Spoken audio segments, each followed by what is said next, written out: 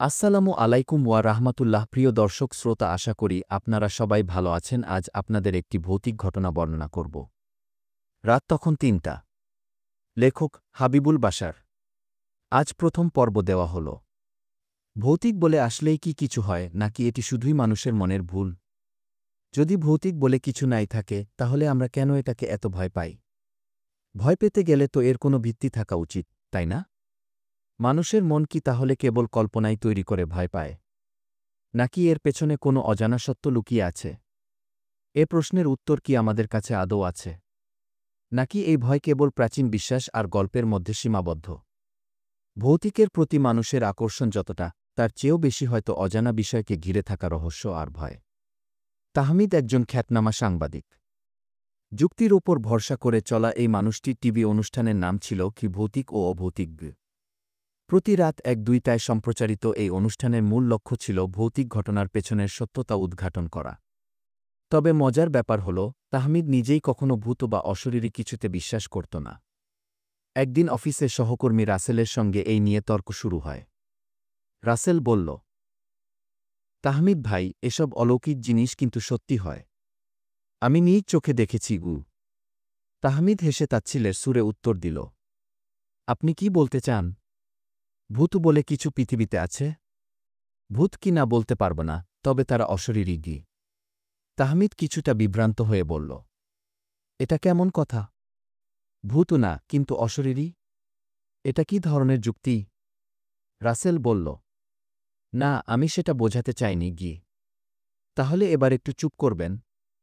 অকারণে কানের কাছে ভ্যান ভ্যান করবেন না। রাসেলের মুখে রাগের ছাপ ফুটে উঠল।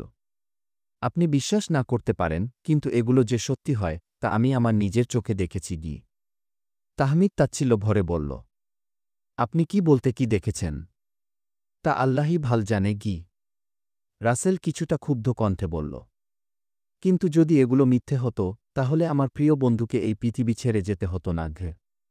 তাহমিদ তাকে থামিয়ে দিয়ে বলল, আপনার সেই বন্ধু যে ছাদ থেকে লাফ দিয়েছিল? না, ও লাফ দেয়নি। ওকে ইচ্ছা করে কি?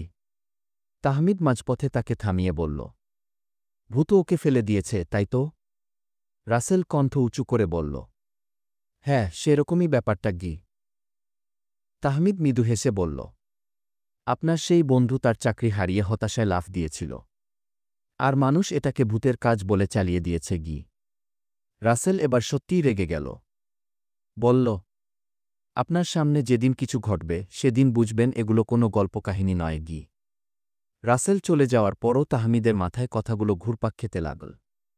সে নিজের মনে বলল, এসব বোকা লোকদের নিয়ে আর পারা গেল না। আমিও তাহমিদ। প্রমাণ করব ভূত বলে কিছু হয় না। এসব শুধুই মানুষের মনের ভুল। ০২ তাহমিদ বিষয়টি নিয়ে বেশ উত্তেজিত হয়ে পড়ল। কিন্তু সে ভাবল, কিভাবে প্রমাণ করব? হ্যাঁ, আইডিয়া পেয়েছি। যদি একটা ভৌতিক বাড়িতে এক রাত কাটানো যায়, তাহলে পুরোটা ক্যামেরায় ধারণ করে দেখাতে পারব। কয়েকজন পরিচিতকে ফোন করে খোঁজ নিল।